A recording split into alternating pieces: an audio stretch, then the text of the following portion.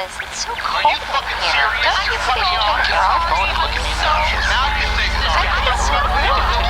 You're so As a branch of the United States government,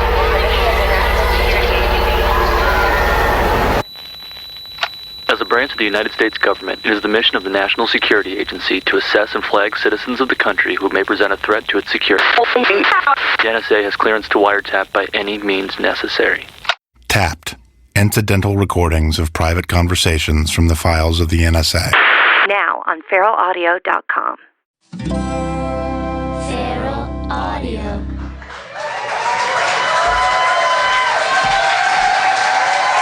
Hello.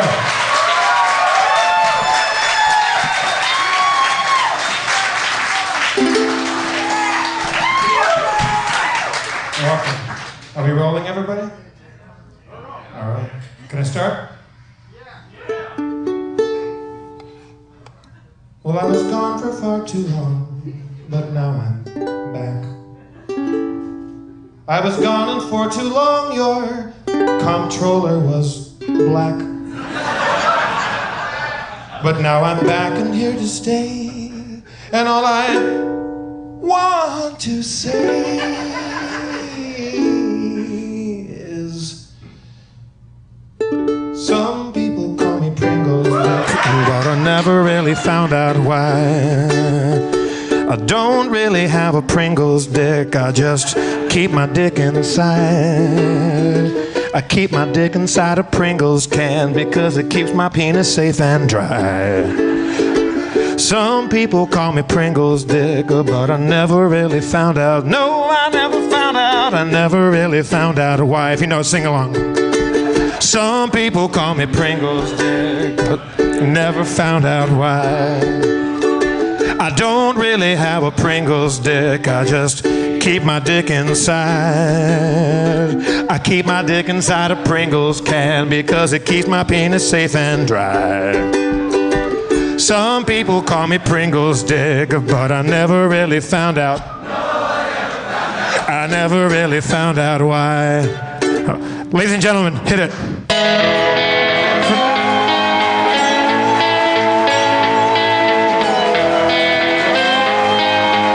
From beautiful uptown Burbank, Harmontown is now in session.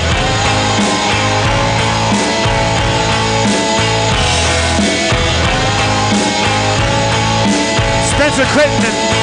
What if I told you there was nothing to be scared of, and you could find the kind of love you would know? And the mayor of Harmontown, I missed you so much, Mr. Dan Harmon. Same since the beginning.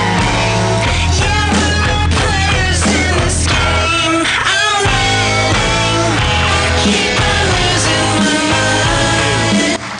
Shit, you left your shit everywhere. How does the video? Should I put this back further out or should I? Okay, you're good. All right. I just when I watch the feed, I like the shot where you can see you got a clear shot of Spencer and then the mannequins back there. It looks beautiful. $5 a month, and you'd know what I was talking about. Thank you guys for coming out. Thanks for coming to Burbank. Thanks for living in Burbank. If you live here, Somebody have pen I can borrow for the show? Anybody pen, pencil? there's a little bit of official business. We've been getting this venue up and running, and we can't be an official. We can't sell you booze. So great, we have to give it to you. I love that about society. Legally it has to be free. And I'm like, okay, that's the kind of Pringles professor you like, you know? Like he stops the party in the library and says like, you need to read books about Pringles then. Anyway, that made no sense. But it's like free-flowing hard liquor. But I don't think that's the problem. As you know, if you're here live, we had to start checking your bags tonight. Now here's why. You're coming here to listen to me complain about our descent into fascism, and now you have to. Pretty soon there's going to be metal detectors out there. What can I say about Burbank? It's a tougher hood, man. we've what it is just like we've got a nice big room now. We can fit a lot of you in here. There's a free spirit. We're anarchists. We love no rules. If somebody's got something to say, they say it, etc. But you know, so now it's like, okay, how do we coexist as a civilization? There's people have been bringing shit and getting shit-faced. Like if you just brought stuff, maybe it's illegal for me to say this, but if you just brought stuff and you could see, there you go. You heard somebody right there falling over. But like, I mean, just anecdotally, there were a couple of guys apparently last episode, or maybe one before that, I can't remember, but.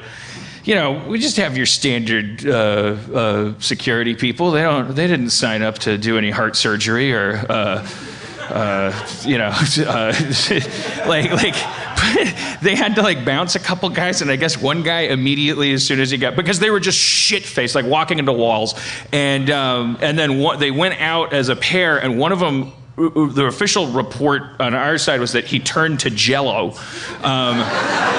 He fell to the floor and started pissing and shitting himself and couldn't get up. His friend took off running because he had a $50,000 warrant. So thank you for letting us check your purse. It's not you, it's those two guys.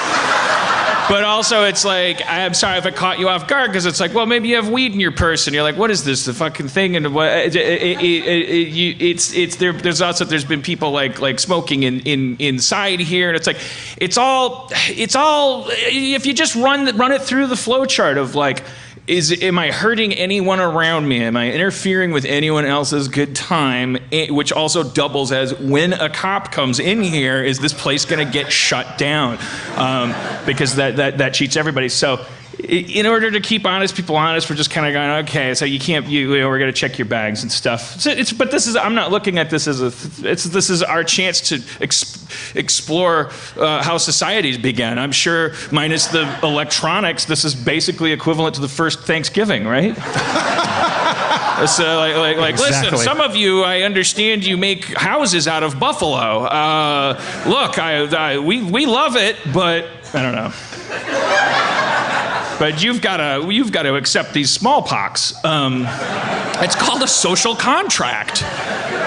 But anyways, that's that. So if any of you are miffed by that, just you can continue to be miffed by that. I'm not telling you to not be miffed by any invasion of your stuff, but it's like we're just doing what we can to bottleneck the inhumanity, so that everybody can have a good time. So and the other official business is Jeff's back. Hello.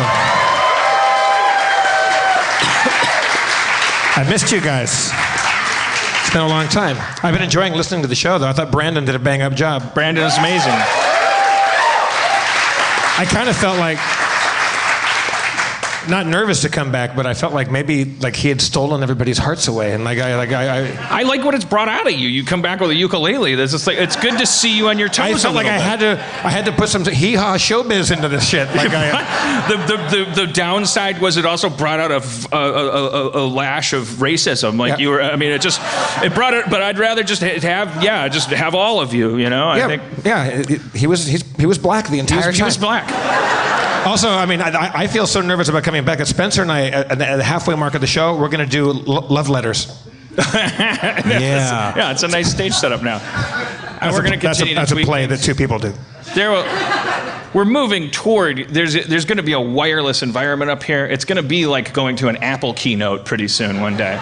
It's going to be. I'm going to come out in a turtleneck, or maybe a turtle and a half neck. I just wrote that. A turtle and a half neck. That's pretty awesome. It's like it comes up to your lower lip. Like I don't know. I just figure I'm 2 turtles, or 1.5 turtles. I don't know. It's pretty good. I don't know. I'm kind of good. This venue's like awakening the entertainer in me. A turtle and a half neck. See, my ukulele inspired the vaudeville showbiz guy inside you. Yeah. Well, do you want to try? Let's try something real quick.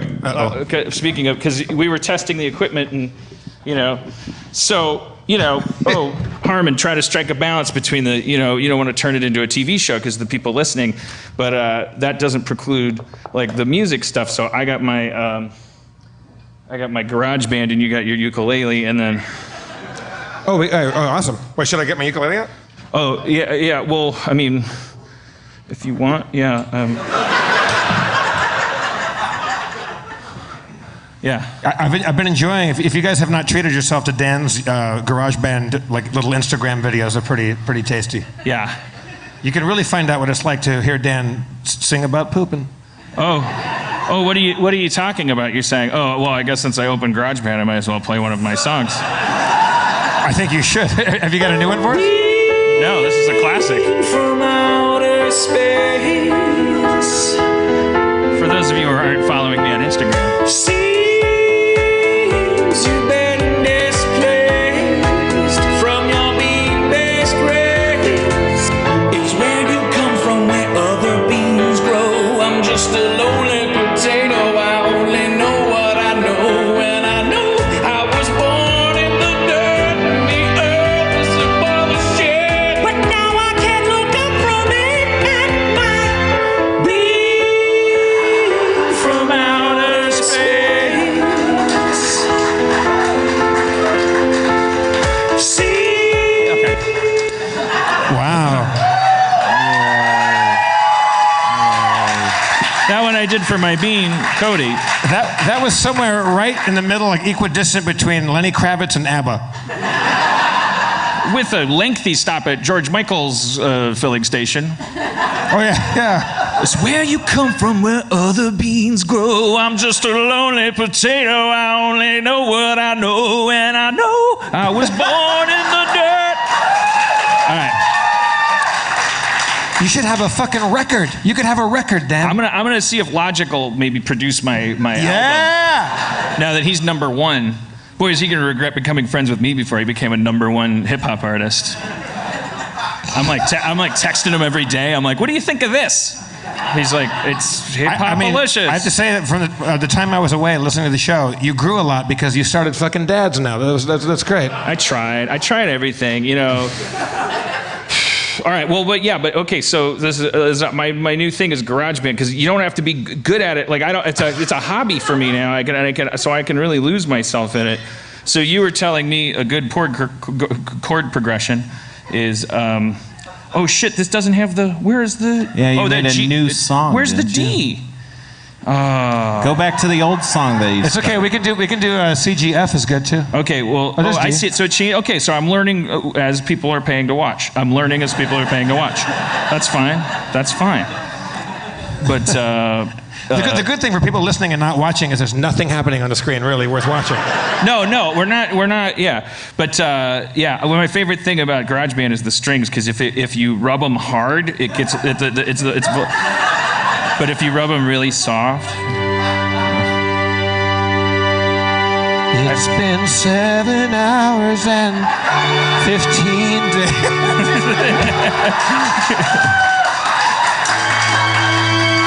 But you said we almost had it. You said D, G, A7, whatever that is. D. Is that? Can we hot this mic back up? The little other guy. Oh man. So D, G, A7, D. Yeah. That's a nice 3-chord kind of thing. Oh, I guess we probably need a metronome, right? Yeah. Give me a beat. Can you lay a beat in there? Yeah, I could. Give us a beat. What would you like the drummer's name to be? I'm a fucking Tommy pro. Lee. SoCal? SoCal. Wait, I thought. Okay, wait. Well, no. Wait. How come? Oh. Okay, wait. now the people who aren't watching are missing something, because now there's drums on the thing. Wait. This is very exciting. I think it's different if you get a drummer. Okay, drummer.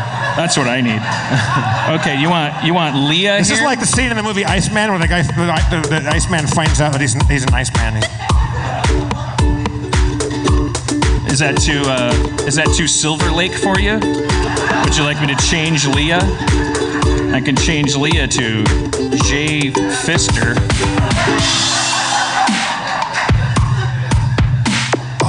Oh, he's too complicated. Yeah. I don't need your parents' divorce involved in my song.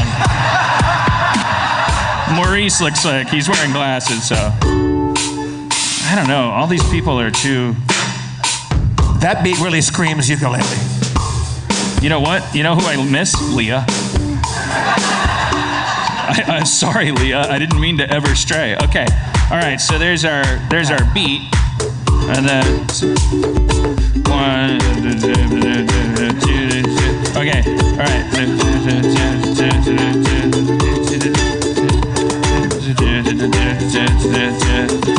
Okay, we're coming. You see where the measure? Here it comes. Okay, here we go. G, A7, D. Let's record it. It'll give us a count in, and then we'll record it. We made 1/100th of a song. No, this is about half the time I spend on my Instagram songs. All right, so here we go. It's gonna give me a Can you make a loop and then do we like improvise a song that we can record right now? Yeah. So here comes the count in. All right. D, G, A7, D, shit, G, A7, D. I'm gonna do it better now. G, A7. Shit, fuck! I tried to. Okay. That's the fuck up right there. Okay. Okay. Just one more loop. And a 1, 2, 3, 4. D, G, A7.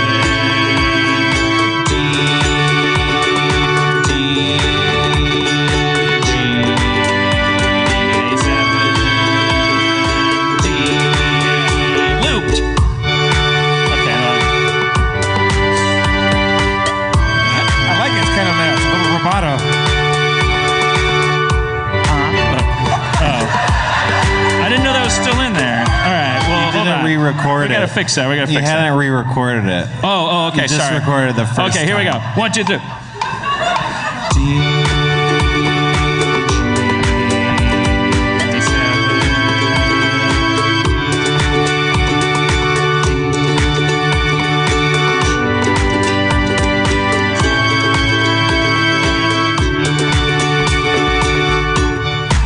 What? How come it's?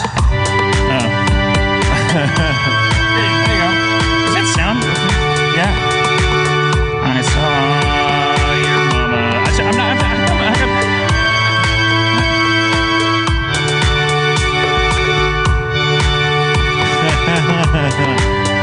Yeah, you can work with that. All right.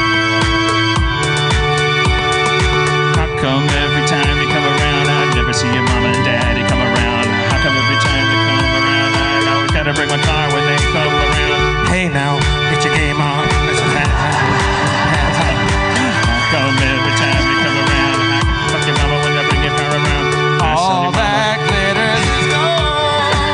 Got me shooting stars, rain from home. Smash mouth, you gotta smash your mouth. I'm gonna smash your mama's mouth. Gonna walk on the sun. I'm gonna smash your mouth. I'm gonna come around. Gotta bring your mama out. Gonna make it a sound.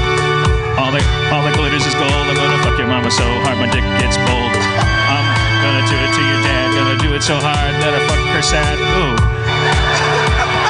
On the eve of the Wonder Woman box office. Women better than men. Women better than men. How come women are so much better than men? How come all women are better than men? Does it matter what note you sing if the chords are playing their thing? Do you have to sing along with the chords that go, or can you just sing to and fro? Yes or no? Yeah. Well, it's nice to be back in Harmontown. Okay.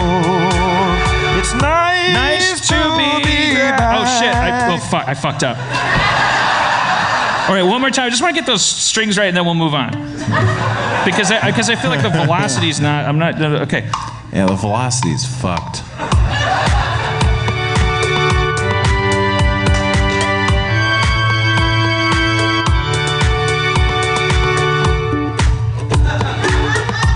It's because it's the double D. That's what gets you. Yeah. Every time. All right. One more time, then we'll get to the show.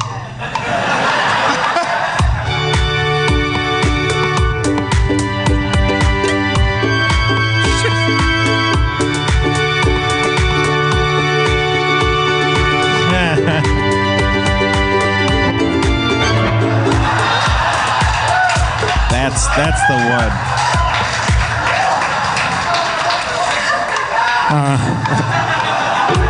I fucking miss Ryan Stiles so much right now. No, I miss Brandon. Let's get Brandon up here. Brandon Johnson!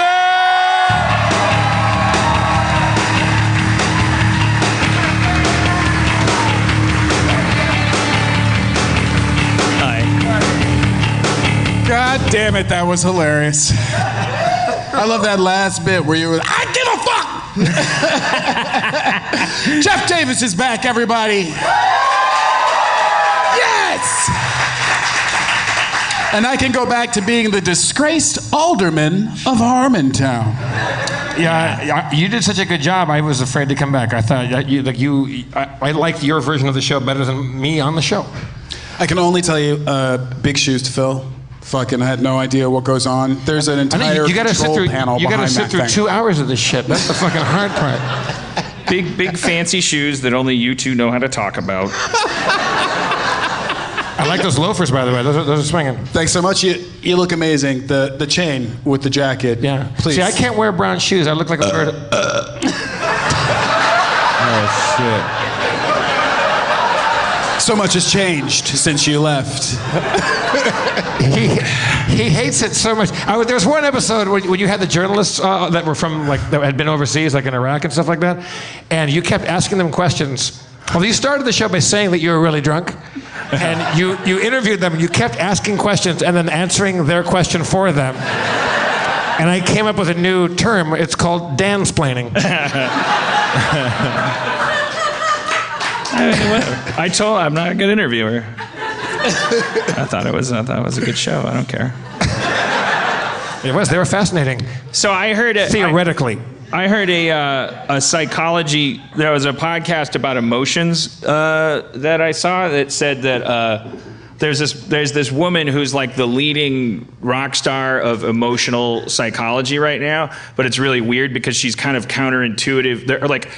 She realizes herself that her theories and findings actually fly in the face of any support for like the kind of the safe space triggery thing, in that feelings don't happen to you. They're not uncontrollable things.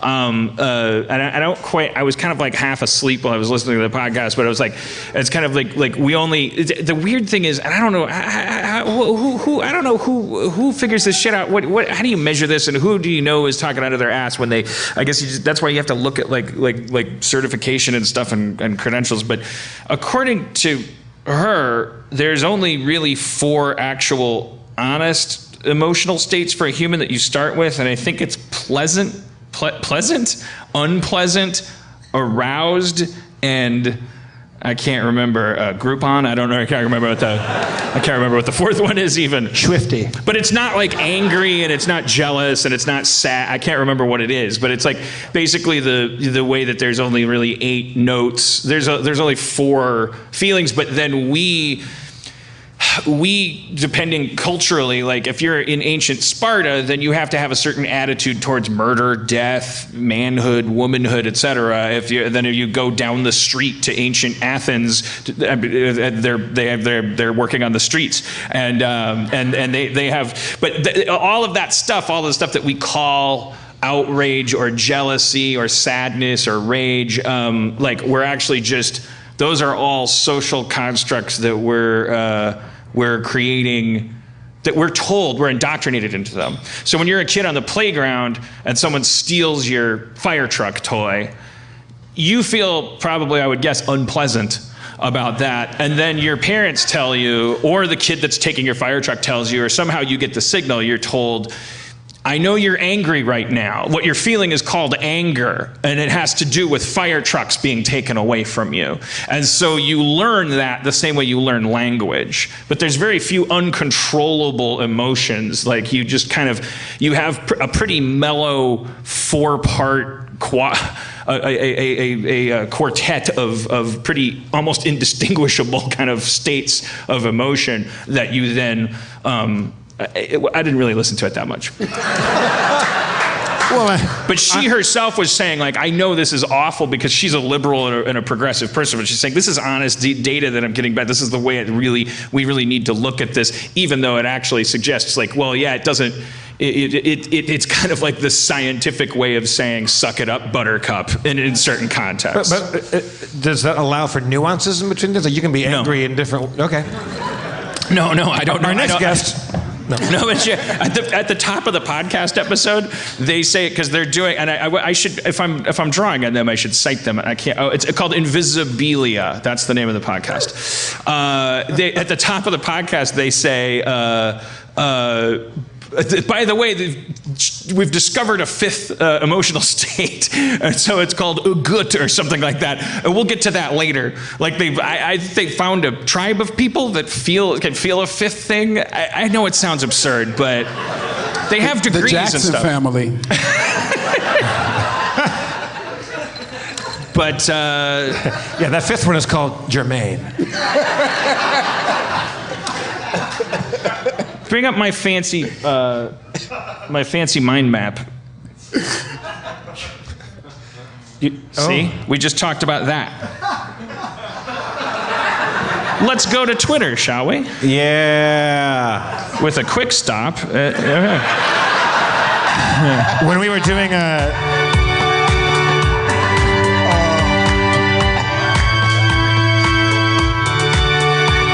it's mind mapping time. Go into the Twitter on the mind map. Loop. I got a perfect loop. I nailed this loop this time. Okay. All right, good. We'll get back to that later. I just wanted to nail it. It was like a bike that stole me. Like When we were doing sound check earlier, Dan plugged this thing in to make sure the audio and video is working. Okay, everybody, quick porn check. He had to make sure that he wasn't going to turn his computer on and you all get bombarded with mannequin porn or whatever. All right, who's this guy? Blind Melanade. Can you fix Dan's mic? It's super low, and then the music blows my speakers up. Is that I would assume that person's. Let's Every week we get people that say the sound's way too low, and I wonder if they just have broken sound. I'll be back later. I have a show to do. Okay. All right. Could you please just say "fuck Patrick O'Leary"? I guess I accidentally just did. Is that a senator? I hope it's a senator. A survivalism question I like to ask folks, says Johnny Collins, whose Twitter name is Silver Tin Tine Music. I feel Spencer may have some good ideas. Sorry for the mini manifesto. Wait, you can't. What's this guy's name? Oh, good. Oh, God. What if I feel like we're in porn country, like we're going to see my porn any minute now. He said, I don't know. Johnny A survivalism question I like to ask folks. Okay, so I don't know. It's hard when I click just on these, cut to the bottom. I click on those images. Oh, Jesus. And then it starts to go haywire. I really need you to just tweet. Just tweet. Will you, people? You can't don't tweet a link to a thing. You're gonna end up you're gonna find out what I jerk off to so fast. What if you had to guess right now would be in the chamber on your porn windows right now? Like what would we see if we came across it by accident? You want me to tell people the thing I'm worried they'll know? Yeah, you can just describe it for us. You have to take the power away from them, man. Yeah. It's probably just hoverboard cuck ventures or whatever, Dan, right? by the way, worry is not a feeling. No, it's not. It would be unpleasant for 1 split second of my bookmarks to haunt me for 40 years of potential political career. On a scale of 1 to 10, how offensive do you think it would be? Like on a scale of like not that offensive. I think there's some hot buttons. I think that we're not a sexually progressive community. I think that we all have little places that we go. It's incest. It must be. It doesn't make sense if this were like clown porn or something. That would be a weird speech. But remember, Riley Reid said incest is best. she said incest is like way up on the Pornhub searches, and because anything that you could think of that's taboo, it's like. But I see these arguments online where people go like, oh, it's like, and you can't. There's no heroes or villains in these stories, but. This is what the internet is doing to all of us. It's like creating lack of context that is incredibly damaging to us. I've asked it before, and I wish we could I wish we had like a love connection, like private kind of polling ability, which I've said years ago, so that we could actually ask the folks that come to these shows things that they can answer honestly without any fear that without having to clap when we say who here wants to fuck a dog, you know, like that they can just. But I do want to know, kind of from millennials, and then compare that, like a kind of Kinsey investigation, like Kinsey. I want to know, like our millennial cousins, like. Are they more or less like taboo in the bedroom? Like, are they?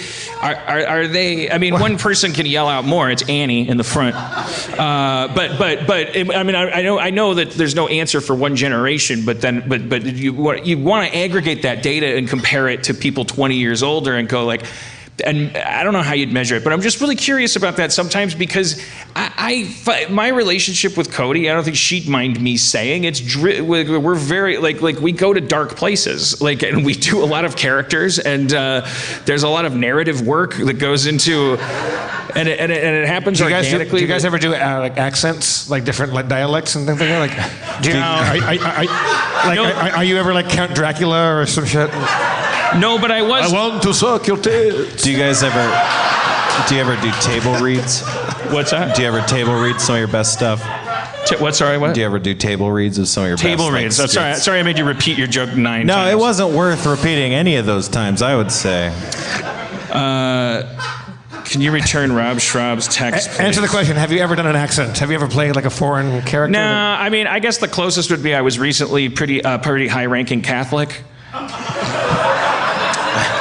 So I probably have a lot of Italian friends. On that popo shit. Or that But did you do like an Italian accent? No, I was just making a joke. Because your Fred Stoller impression was pretty good last week. I thought that was pretty nice. You should role play as Fred Stoller. That would be amazing. This person says the stream keeps cutting out, and they said that 22 minutes ago. But I think it's possible they might be experiencing we're not starting the show yet. I don't know. Not to be a dick, but the stream keeps cutting out. They might have slow internet. Who's it's live hard to tell. tonight? America. Why aren't you up on stage yet? Okay, see, Rob Schraub weighs in. He's eating carrots. When will you? Fuck it, I'm eating some carrots. It wouldn't have killed you to return my text.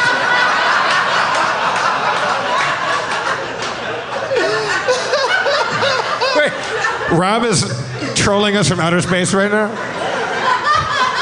Please say there's a million from Rob Schraub. I'll look at it. I'll you know what? His texts are just no. Here's the thing. Rob's a fucking asshole. Every Thursday we're supposed to hang out. We have it on our schedules. We're old men. Like, we know we're busy, so we only hang out if we schedule it. So we schedule it every Thursday. Harmon and Schraub hang out. So then he goes. I go. You know, we were gonna try to catch up on Twin Peaks, like because I have Showtime and he's cheap, and I was like, hey, well, what about Twin Peaks? He goes, I thought you canceled tonight. I said, when did you think that? He says, I got an email saying tonight is canceled. I'm like, what? And he sends me a screen grab that's clearly he's just confused. It's like one of those auto emails that gets sent because Levy schedules our hangouts. And it says updated invitation, weekly Schraub hang. And it's for the following week because I'm going out of town for Cody's mom's birthday. So he sends it. And this is the biggest dick move even for Schraub. He sends that, and you can tell he just saw it as he sends it. So he sees the dates were for next week. And then he says, I got this too. But I couldn't decipher it. You see what I'm saying? He said, I thought you canceled tonight. I'm like, what? And he's like, how about this? And then what? And he looks at it, that too. But there's no first thing. Like, he's just a fucking idiot. And I said, all right, whatever, I'll play video games. And he said, AG's coming over if you want to come here. And I said, that email is about next week. And when you noticed that, you said, I also got this, but I never saw an email canceling tonight. And Schraub said, I deleted it already. Then another text, just come over. Then finally a third text, I made a mistake, too late. Then a fourth text, where are you, with 4 question marks. I won, is what that means. And then AG and I have our pants off. Like, whatever, you know? Like, yeah. Yeah, well, he's just trying to be, he's trying to make me miss him by being fun, you know? AG, you want to come up here and be a Steve AG!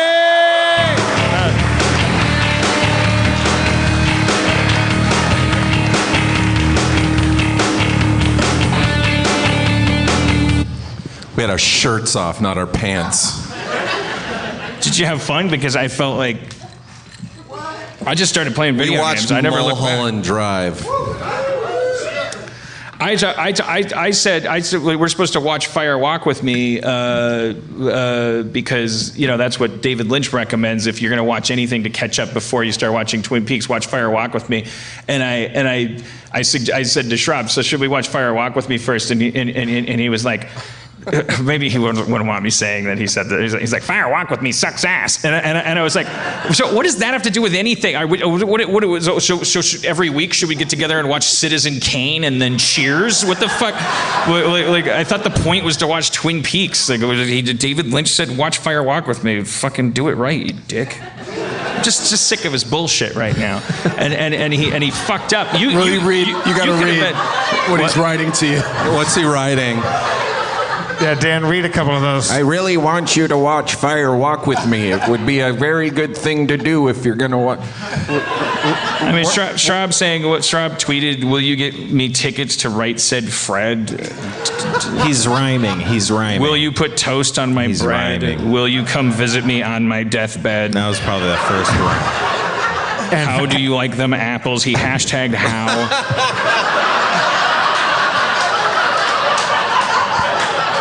Are you and Rob Schraub friends in real life? He's funny when he's not here. It's amazing. How come? At least you know you're getting $5 of Rob's money every month. Who is Dark Man? He's asking now. Why can't you start on time? Says Derek. Tuesday sandwich. Who is Dark Man? It's Liam Neeson, isn't it? Yeah. It doesn't matter if your face has bandages on it. Remember that impression? Oh, yeah. All right. Well, TweetDeck, I'm having a little problem. If anybody can recommend like an app that functions like TweetDeck, what's in my pocket? Schraub is asking. Dan, do you think that like in role playing with Cody that you could get away and it would still be sexy if you were Liam Neeson during the role play? Yeah, everything's sexy. Everything's sexy when you trust someone and you can go anywhere you want. Can I give you guys assignments like homework? Like we suggest characters for you guys and you come back next week and see if you guys came. Scene studies. Yeah. Oh, I saw somebody had a question about Legs Lavish, my YouTube channel that I watch, which is about women for women reviewing hosiery. But I lost it. For women, you say? Yeah, you can tell that definitely it's just women doing hosiery reviews. It's not pornography. All right. I mean, are you excited for the Mummy remake? You know, they're trying to start up the dark verse, the dark universe. Is that like Universal monsters? Like they want it to be like Marvel? Yeah, like Dracula and the werewolf team up. Oh, that reminds me. I gotta check fight Imhotep. I gotta check my Marvel Academy. What the fuck? I go away for 5 weeks and the show turns to shit. Brandon, what did you let happen up here? I said we should do whatever you were going to do in your basement. And now this is the running order of the show. We make loops, we play video games. Dan's doing what he would normally do. He's reading tweets. He's playing video games. I never read the dialogue. It's just okay. We're like a month away from you like actually just jerking off on stage. Wait, what did you say? Sorry. Oh, sorry. I've never seen somebody give the look of why wait a month. One look. Why wait a month?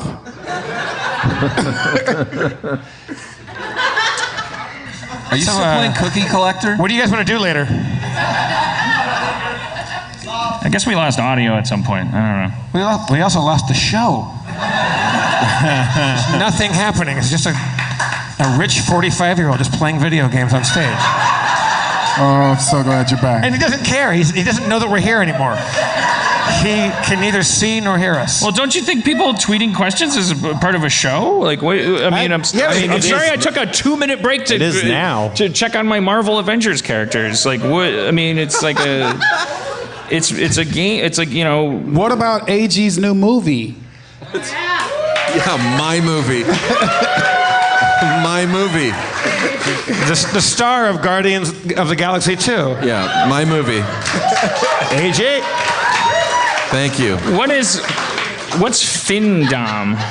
Findom's where you hire a woman to have all your money. Oh, so is it possible this person is his Twitter name is Steven in Debt. Yeah, that's his fetish. Dan, I'm worried my fetish is going to ruin my life. Any thoughts, advice for beating an addiction to Findom and similar fets? Findom seems like a stupid fetish. I mean, but you know that's there's a lot of stupid fetishes. Yeah, but what if that made you come? What if giving someone all your money made you come? That's what he's saying. Like, that's dumb. He's saying. He obviously knows that, and so he's crying out for help. Even if he's doing a bit, like this person exists hypothetically. Right? No, I think I'd be a lot more. If that were my fetish, I'd be a lot more productive because you give all your money away. I got to get back to work. Yeah, you eventually. I want to come again. I got to go out there and make that money. Yeah. I would suggest to the person with absolutely no judgment at all. I would say, like, do what you would do if you were locked in a room. And you couldn't live like like quitting smoking. If you were locked in a room without your cigarettes, you wouldn't die. So I guess you just got to figure out a way. You have to take an action. You got to really handcuff yourself to a radiator, werewolf style, and you got to. And it's never going to be the right time to do it. Like I got off the elliptical, and I'm never going to get back on until I just do it at the wrong time. You gotta tell those young ladies on your chat window, no, you cannot have my money, and I refuse to talk about it. And even give it back. Here's a pitch. We bring your elliptical to the show. You do 20 minutes of the show on the elliptical. Oh my God, that's a great idea. That's not a great idea. Spencer doesn't. You guys don't understand what it involves to move that elliptical places. Spencer's going to be the one moving that. Yeah. All right. Well, so anyways, I'll buy a new elliptical to have here so we can watch it work. There's an idea.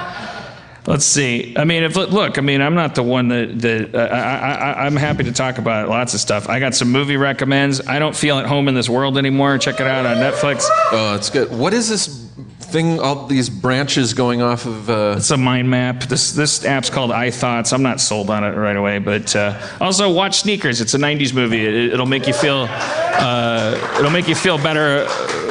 No, it won't. It'll make you feel sad because it's like there's no internet yet, but it's like about hacking and it's fun. And there's a Russian guy in it that's like, oh, it's crazy that the Cold War is over, and you just want to kill yourself. Did you watch the key? And River Phoenix is in it. And yeah. So here's the thing. So I was watching it. I was like, God damn. All due respect to everyone in Tinseltown. I hope this isn't ghoulish, but for real.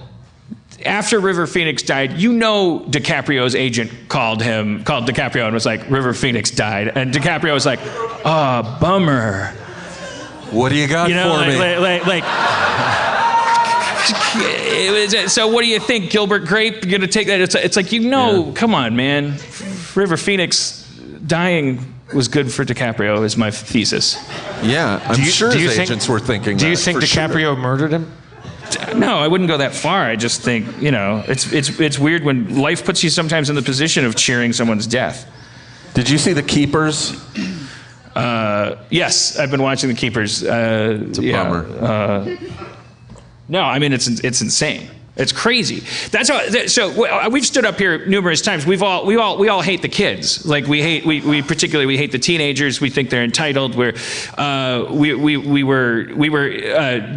and I were in the back of a lift, and there was a crossing guard. There were kids going across the crosswalk, and then somehow the lift driver ended up.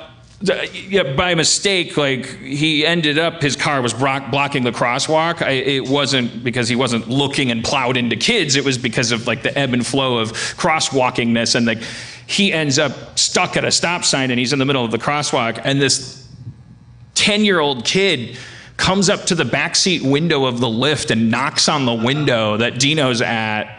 And just has this adorable smile on his face, but he's being a cock. Like Dino rolls down his window and goes, "Can I help you?" He's like, "Can I help you?" Whoa!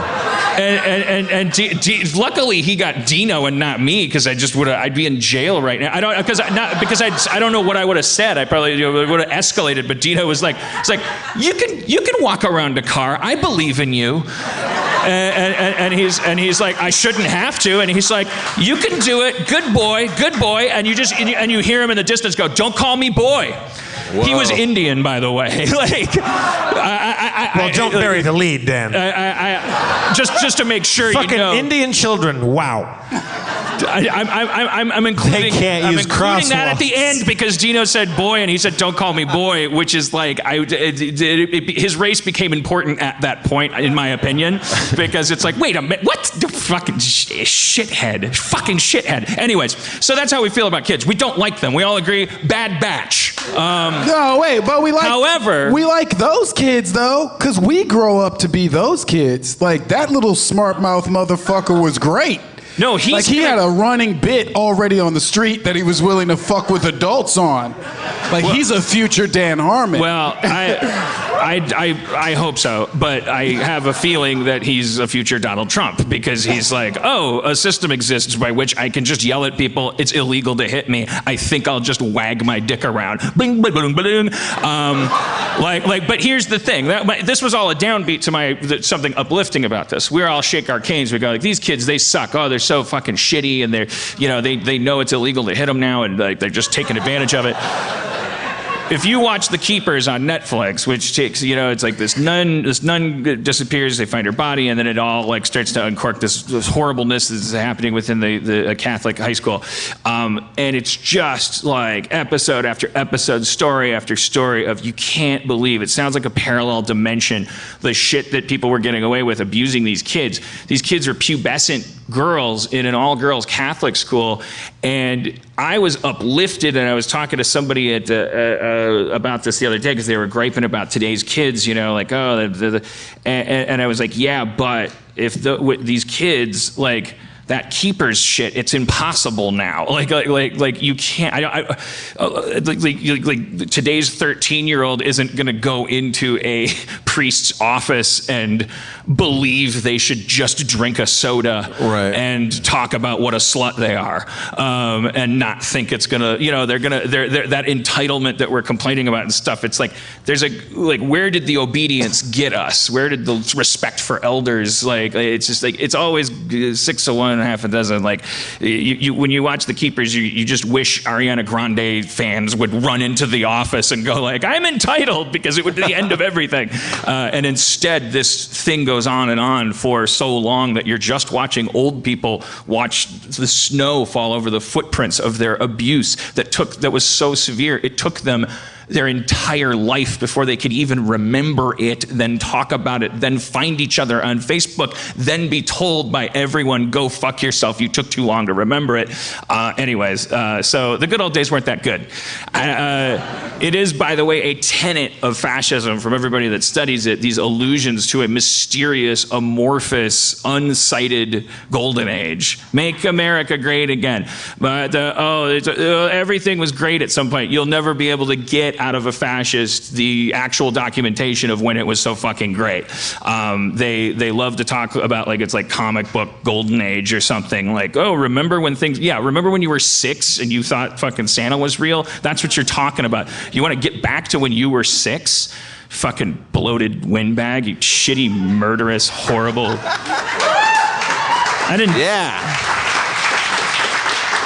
And by the way, politically, let's check in on my politics. Ask me where I'm at politically. Dan, Politics Corner. I'm back to every man for himself. I hate everybody. Sorry if that's demoralizing. That's been Politics Corner, brought to you by Gold Bond Foot Powder. Gold Bond. It's powder for your feet. I'll swing back, but don't. I'm just in this mood, Carly. I don't believe in liberalism. I don't believe in Democrats. I'm back to one of those douchebags that's standing on the sidelines going, "Fuck you." But it's just, I'm just thinking. I'm like, I just can't. I just feel like come on, everyone's fucking dumb. Everyone's dumb. We know everyone's dumb. The average IQ is 100. 85% of every group of anyone is a fucking moron that can't make a decision for themselves. They say the dumbest shit. Like, and we're just. It's just this species has run its course, and we got to get to the moon, or I got to get out of here. I got to dig a hole in the desert, just go down like Minecraft. Yeah, what happened to the moon? Well, we dropped that premise like after episode 3, I think. Right. Church and I went to the March for Truth in LA yesterday, and we were leaving the march, and there's always like 6 or 8 pro-Trump people on a corner, usually completely surrounded by police, where you're not even allowed to get kind of close to them because they're afraid of what might happen. But yesterday, for some reason, you could walk up to them. They had like a microphone and a speaker, and there was a guy dressed like a homeless Ben Franklin. He had like the old Knickerbocker +4. Like, you know. Wait, so he wanted you to connect those dots, like the American dream now is homeless? He had an old beat-up tricorn hat, and he looked like homeless Ben Franklin, and he was like, "Everyone wants to talk. You can come up here. You liberals, they all yell at us, but you can come over and talk to us." And there was a penny stolen is a penny stolen. Homeless Ben Franklin jokes. Is that what he was going? No, but there was "Make America Great Again" banners, and there was a lot of, Why would I have a key? I don't have a house. If I tried to discover.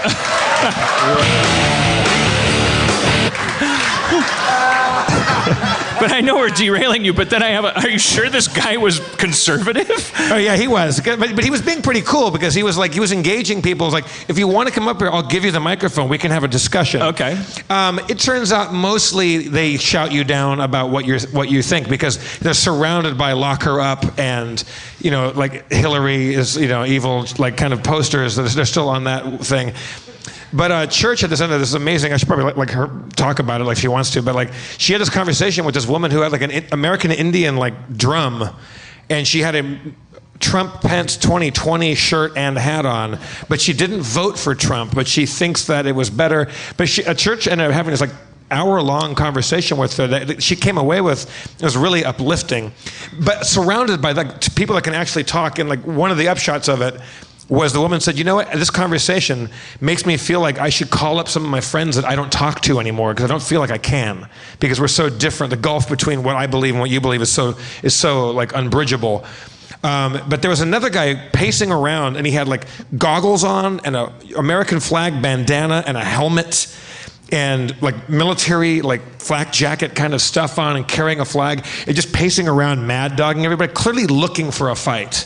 So like you have people that really do want to have a discussion surrounded by people that are clearly cruising for a bruising. Yeah, well, the guy in Portland, like it's just he was just this. I mean, like. And then there was this one kid, like college age looking dude, and he had a big sign that said, "Stop the hate, let's debate." And I walked by him and was like, "Hey, you want to just talk?" I'm like, "Not really. I mean, it's hot out, so I want to go have lunch, And I'm pretty sure we're not going to convince each other of anything. And he's like, no, I just feel like, it shouldn't be about shouting, it should be about conversation. We should be able to talk about the difference. I'm like, I totally agree with that. I appreciate you guys being out here and doing that. Like, hooray for you. Then I saw him a little later on while Church was having her talk, and he held his sign up, and underneath his Stop the Hate, Let's Debate sign, I will post this photo because he's a douchebag. When he lifted his thing up, his shirt said, "Hillary sucks, not like Monica though," or something like that. I'm like, oh really? So I went up and said, "Hey, can I get a picture of you?" And he goes, "Yeah." And he holds his sign up. I go, "I wanted to get a picture of your awesome misogyny shirt." And he goes, "What?" I go, "I love that underneath your Stop the Hate sign, you proudly admit you hate women." And he goes, I'm like, Charlie Callis? Yes. He went, oh, good to see the high-roaded party of the emotional left is so sensitive to my needs. Oh, good to show your true colors. I'm so fucking sick of that. Like these are like these people are not going to reward our fucking like we're the trolls now. We should be angry and they should go fuck themselves. I hate that they like switch gears to this like they're trolling us like what they don't really want to. I like that there was a gang of people out there going, no hate, let's debate, because what I think that means is that they're on the fucking ropes psychologically, just them, that they've run out of ways to feel like they're part of a group, and now they're so lonely, and people have gotten so good at walking by them that they're like, what about discourse? Okay. You guys always want to talk, right? Intellectual, let's have a conversation. Okay, what did he say?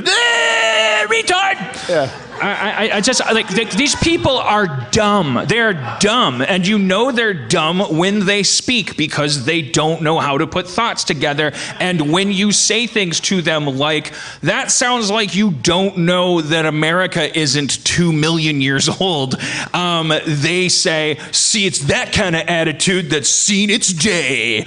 You know, like it's an anti-intellectual revolution. And there is no conversation. They're ugly, mean, nasty, brutish, thuggish, selfish, I got a boo-boo, it's everyone else's problem people. I got a fucking boo-boo, motherfucker. I pay taxes. I pay everyone's taxes. I'm a 1%er.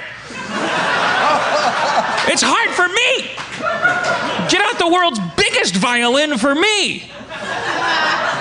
You're paying for it. Your tax dollars go to tiny violins all over the world. It's just like Louis C.K. had this thing where he was like, by the way, voting is like, it's not, you're not supposed to wait for the candidate that's like, that's what we're suffering from. I think I was reading this thing by Noam Chomsky, but like most things by Chomsky, I probably didn't understand it. I have to read it 5 more times. But we're talking about this thing about individualism also being like, it's this bag of potatoes principle where individualism, like hyperbole, where it's like you kind of count on the impoverished, you play up to everything that divides them, even down to the individual, not just racially, not just religiously and gender and all that stuff, but also you kind of encourage this sort of like, oh, democracy means that you as an individual should be able to put your feet up and eat potato chips, and if anything gets in your way, you should be able to complain about it. And that's a weapon that conservatives use to make stupid people go, wait, oh, the air conditioning changed a little bit? It's 9/11! It's 9/11! Yeah, it was good that I got cut off there. It's 9/11, which is where we've decided to take an act break in our show. We're going to use that now as an organic time to stop and take an act break. And announce the fact that we are now officially going to start our D&D campaign, our Pathfinder campaign. Whoa. But he kind of did that in the wrong order. The 9/11 is a reminder that we go to a word from our sponsor for people who listen to the podcast for free. Okay. Do you guys know what Fulton and Rourke is? A full Mitt Rourke? Fulton and Rourke is a premier men's toiletries service that specializes in wax-based cologne and body wash for men. Well, now you're confusing people, because what we're going to do is take an act break, and what we're going to do is take an act break that the Feral Audio people could identify, where they would put the volume down and play one of those mid-roll ads. Right. Instead I of just thought we were telling the audience the ads. Well, it's that was the special treat. It's 9:12 now. Did that ship sail? So here's what we're gonna do. It's 9/11, so we're gonna take a break here, during which the people who listen to the podcast for free are gonna listen to a pre-rolled ad. During that ad that you're listening to at home for free, or on your subway, or while you're cutting your carrots in the front lawn, the people that are here live and the people that pay $5 a month are going to experience an exclusive Harmontown experience. It's called a solid gold blowjob machine. And we're back. Come on. That is some insane recall right there. Wow. Well done.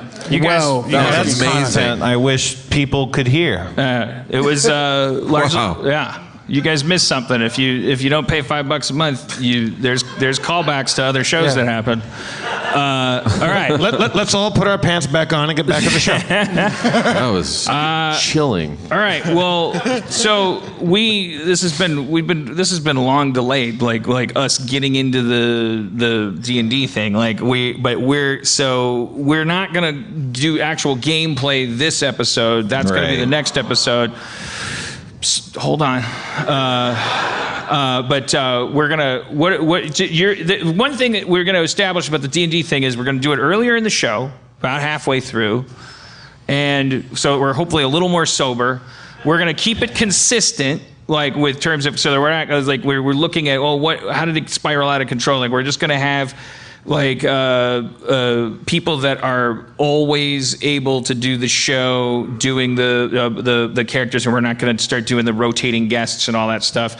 And Spencer's going to always call the shots. We have to respect his authority as Dungeon Master, both in terms of that's in my contract. out of game and in game, so that's why I now hand it over to you to explain what we're doing this week. All right. You should have played that graduation music. Yeah. We're gathered here today. No, I don't know. Well, so we have your characters. I have your character sheets. I thought we should talk about your backgrounds and come up with your shared backstory as kind of like a fun exercise, so that when we start, we'll kind of have some sense of your history together. Does that make sense? So Dan, what is your character's race and class? It's a great question. It's like a quiz. Like I have to know it now. You haven't thought about your character? I haven't thought about this in a while. We kept pushing it off. Spencer and I weeks ago got my character together. I know what my spells are. You're very proactive. Dan, you're a human cleric. I'm a human cleric, you dick. No, I did forget. What's your character's name? Is that blank so far? No, that's part of what we got to come up with. Okay. Well, I don't. I'm gonna let that sit because. Can I see my sheet, or is there anything I? Yeah. No, there's nothing. This is what we're trying to figure out. Right. I mean, I should have showed you guys these earlier when we weren't on stage, but you seemed busy. Yeah. Should we get Steve? Oh yeah, because we're gonna do not Steve Agee. Levy. We gotta bring Levy up. Get little Levy sitting down there on the floor. Levy, get up here. Steve Levy.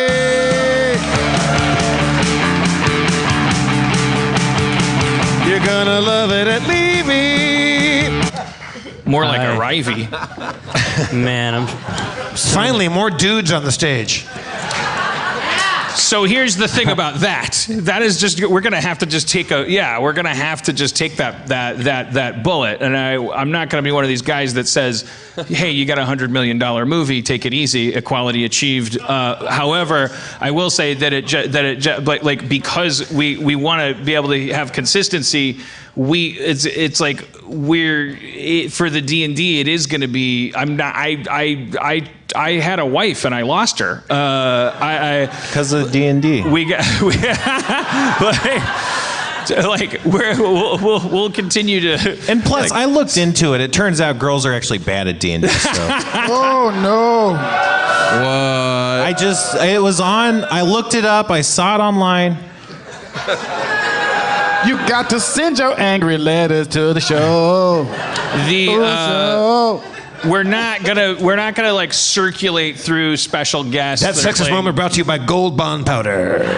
We're not gonna circulate through special guests, which means that if we're starting with a sausage party, it's gonna be a consistent sausage party every time we play D&D. The show is largely a sausage party. But can women not join the game if they've already played it? Do the cast stay together from birth? Brandon,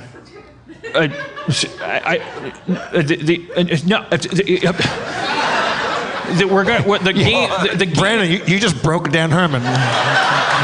The game that we're gonna play. Welcome back, Jeff. Our D&D campaign started to fall apart because it started to become like it was inconsistent. Yeah, we would have Curtis Armstrong like 2 out of 10 times, and Demorge would be there 3 out of 11. It was all Kumail.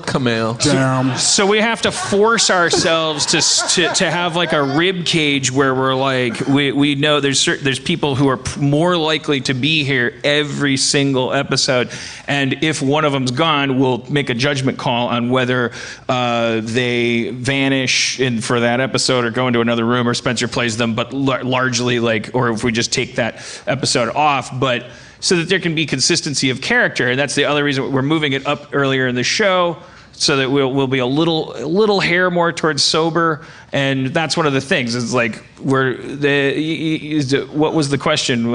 Could we get more dudes on stage? Yeah. Well, we have the.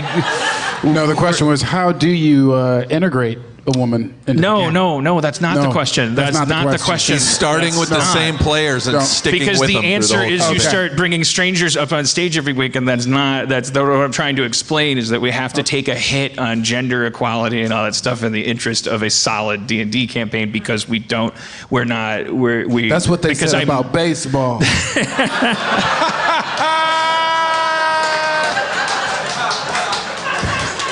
And now we have our own postage stamps. It looks like we made it. You guys got a $100 million movie.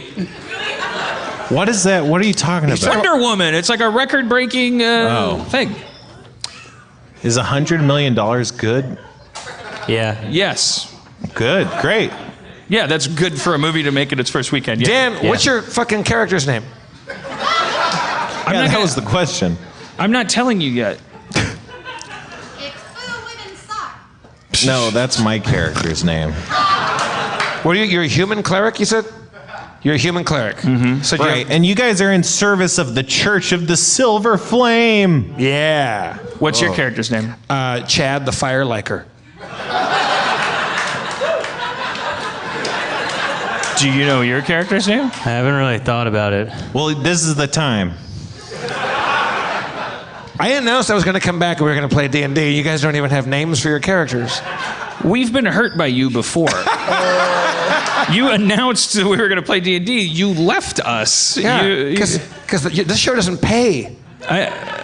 You announced we were leaving the Meltdown. We had to just find the castle.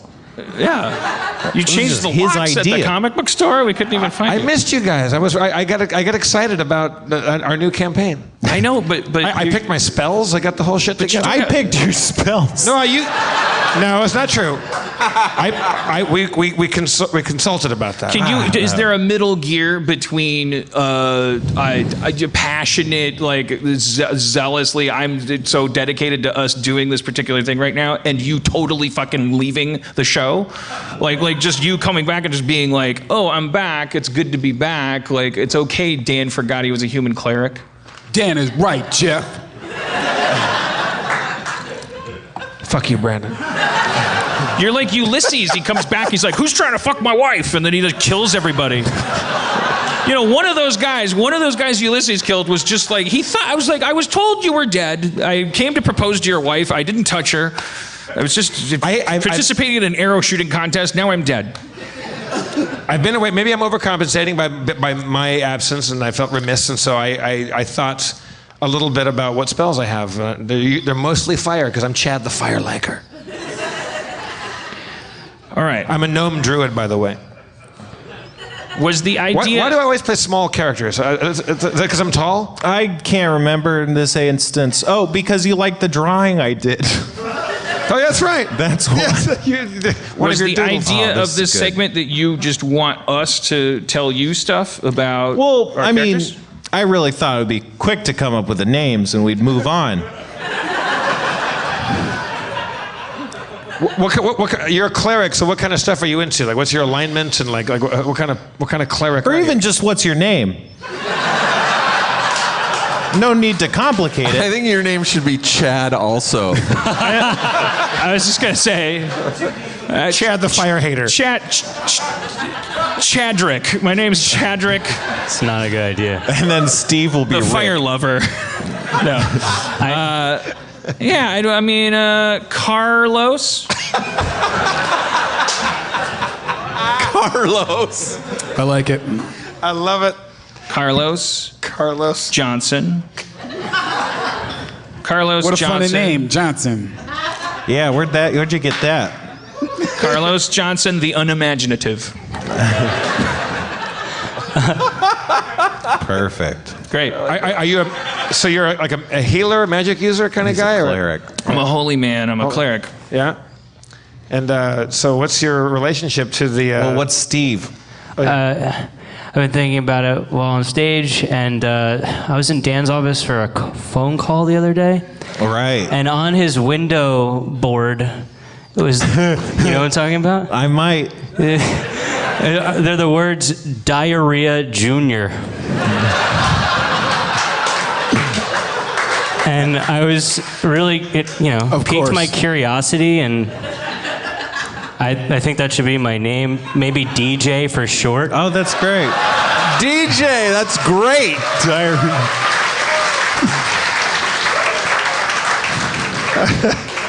Okay. That's good. This role-playing game is playing itself. Yeah. So now we got to come up with your characters' high concepts and your great weaknesses. So I mean, concepts are already kind of come up. You're a pyromaniac gnome. You should come up with your concept because yours is generic. And Steve, you're kind of like a Person who what? can give people diarrhea. Is that his special power? Oh, I mean, I think his power is He has to it. stay out of pools for 14 days. He has to drink a lot DJ, the no pool swimmer.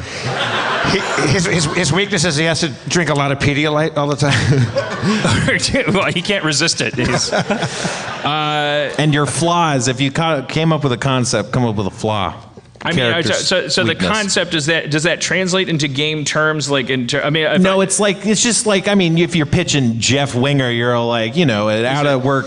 Well, I don't know, but like that. But for your character, got it. And did you didn't have anything in mind for no, me? because I don't know. I only know what Jeff's going to be. And Steve said he was kind of basing his off Link from Zelda, so that's kind of his concept. But you don't really have one. Well, I think I'd like to be an overzealous. I mean, that's judging the character, but he's a zealous he's a zealot. He's a zealot. I think you'd call him but a kind of a like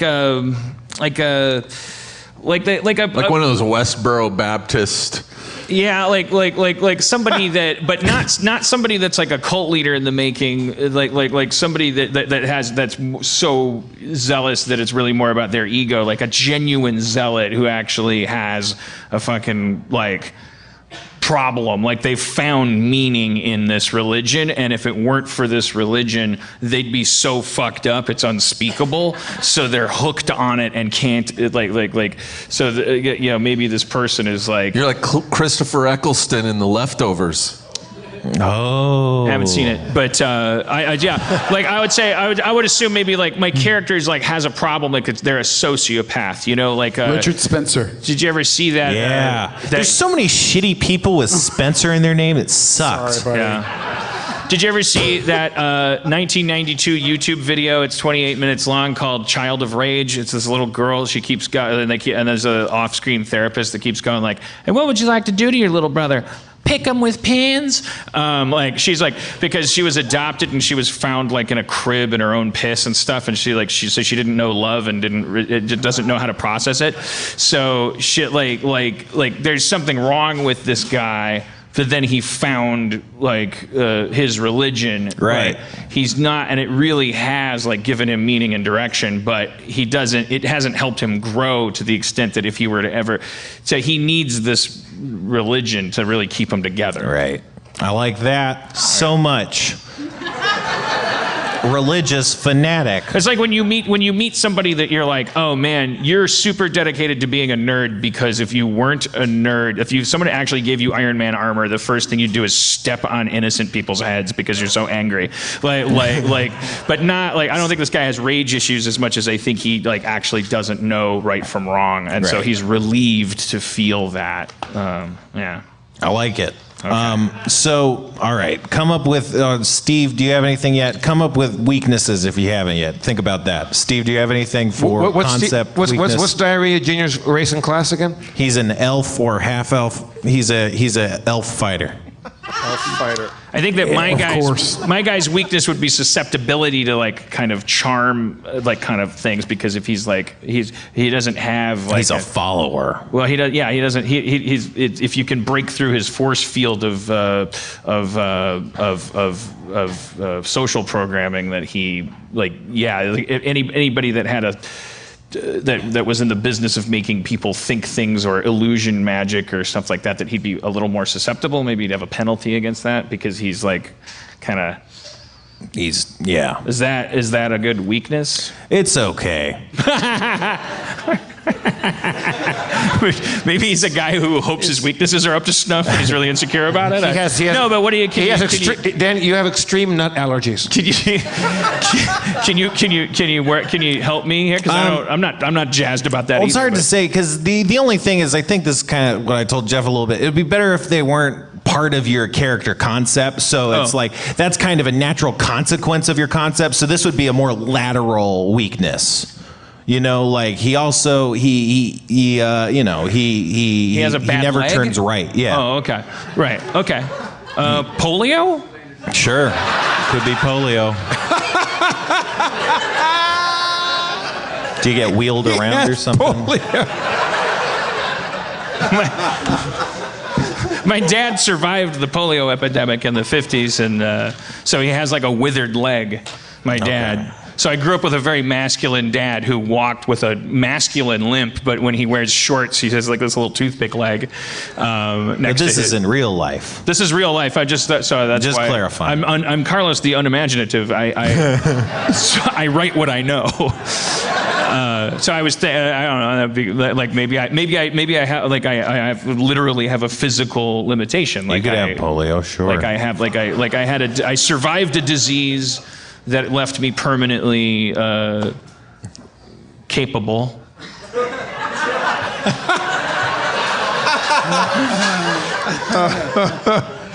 Father's Day is next weekend. Yes. The choices you're making right now will stick with you for a long time, you know. No, I'm trying to. Yeah, I mean, go big or go home, right? Like, yeah. I mean, he's a cleric, so I figured, like he's like I don't know. Is that? I can keep. That's fine, but I mean, I will say that we do live in a world. I mean, we don't, but where you movement is important. Well, no, where magic can heal death, even. So, like a leg, boy, howdy, can that be healed? Well, what about like but that doesn't mean he can't be, Remember Doctor Strange, the guy that's like he's playing basketball and it's like, oh, actually I'm supposed to be totally fucking immobile, but I went to like what if he is healed with magic, but he has like there's magic keeping him kind of without it. Oh, so he's like wearing a magic brace. Yeah. Okay. Or I like that a lot. Or he has to constantly drink some kind of potion or something that he's basically addicted to because it's his medicine. Cool. Or yeah. Well, that'll slot into great. Okay. Got a big laugh from Annie. Steve, you have anything? No, Steve Agee, I meant. Oh. I'm still thinking about homeless Ben Franklin. All right. No, I meant Levy though. Oh. Sorry. Can you help me out? What's a normal kind of weakness? Well, what's your character concept? The mute swordsman from far away. That's your character concept. Okay. Not completely mute, but you don't talk much. Look, if you're open to pitches, I think even though you're nervous right now, because the reason you're nervous and lethargic is because you don't want to fuck this up. The reason you don't want to fuck it up is because you want to be really good when we play D&D in the podcast. I do want to be good. You should really like. I think you should be you should be yourself. I think you should be like really enthusiastic. All right. That's his weakness. Look, that's a terrible weakness. Like, could you be like, what is his what is your character? What is your? I'm a half elf. Just elf, but yeah. I'm an elf swordsman, right? Yep, fighter. So is it fire swordsman? And we're Fighter. writing his history. We don't know his Fighter. history. Fighter. Are we writing his history? Like A little bit. I mean, we're about to now. Could Once he- we get his weakness, but could we he- can move on. Could he be kind of a Can the cold be my weakness? The cold's everyone's weakness in a way. That cold is like 1 week. Then we're gonna be playing, and we're gonna want your leaviness happening. I think he should be. Can't your problem just be that you're like leaving? That he's like erstwhile. He's like a squire, you know. Right, He was yeah. like assigned to this church because and it's like you're this guy. Like you're always telling me that you love me and stuff, and that I should eat better. And I'm like, Yeah, go it's fuck fucked up. yourself. Yeah. Right, and It's a huge weakness. Yeah. Yeah. His weakness he's like he's a caretaker to the point of extremism. Like he worries more about other people than he should probably care more about himself. Crippled by his naivete. He's an anxious warrior. That might be true. You have an ideology that you actually think that a happy ending is possible for this species, and it's sad sometimes. Okay, that's true. And Jeff, you're afraid of the dark, right?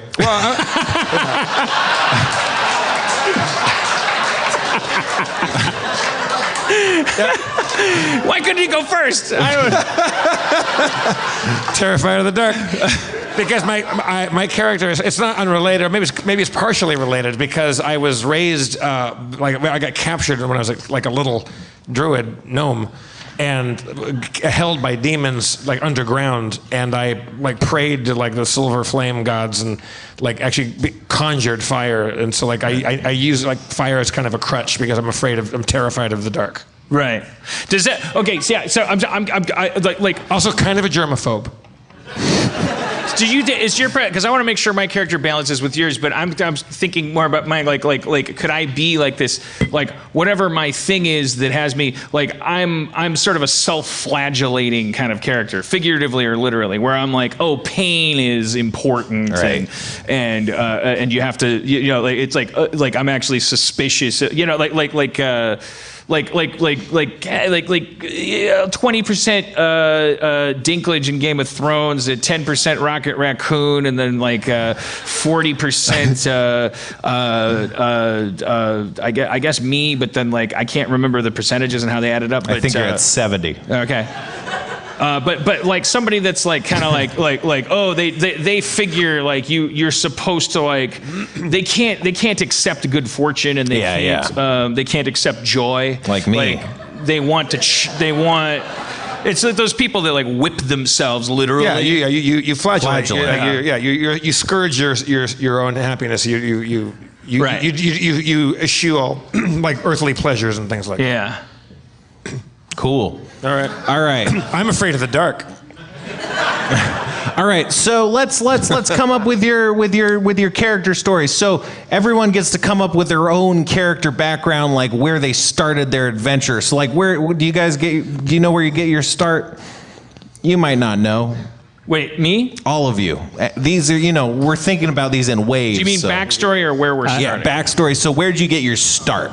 Like, so for you, you're a religious guy, so it might be where you found religion and like joined the church or something. Yeah, I'm just riffing here, but Right. Yeah, we're all just right. We're making it up. I'm just gonna go from birth forward. I think I was like one of those kids whose parents like prostituted them, like had them. Oh my like, God. Like toddlers and tiaras kind of thing, or but Way worse. Less first world, more Low-hand? brass tacks kind of prostitution, like genuine horrible abuse at the hands of just left to drift in a horrible society, like born in filth and then subject to the horrible inhumanities, and then developed a horrible Life is pain. Yeah, and then because of that, maybe in my adolescent years, we'll put a pin in it, but whatever that was, it led to injury or disease so severe that I was finally broken down, and then found this. So maybe somebody from this religion like converted me, and then I started to become a cleric at like 19 or something, but then within this Church of the Silver Flame, I'm like a zealot that because I'm not politically facile, I'm always, I'm not a threat to any of the higher ups. I'm like always good for being sent on a mission, but it's like my only problem is that I'm kind of like I will I'm not going to make a good cardinal because I'll always question hypocrisy of the church itself. So like I kind of been like bounced around, and like they'll make me do weird shit if you can justify it. Yeah. So I wound up at this place because this is like a kind of in the outskirts. This place, this church. Yeah. Well, I mean, it's a big church. It's like it covers the whole country. But I mean, are we geographically going to start at a place that's like outskirts? Okay, yeah. Sorry. So maybe I've been transferred to that place recently because of a recent like dust up I had with a superior where I called them out on their religious hypocrisy. Sent to the outskirts. Yeah. Great. That's how you got your start. Either of you guys have anything? Steve looks like he's going for something. I got something.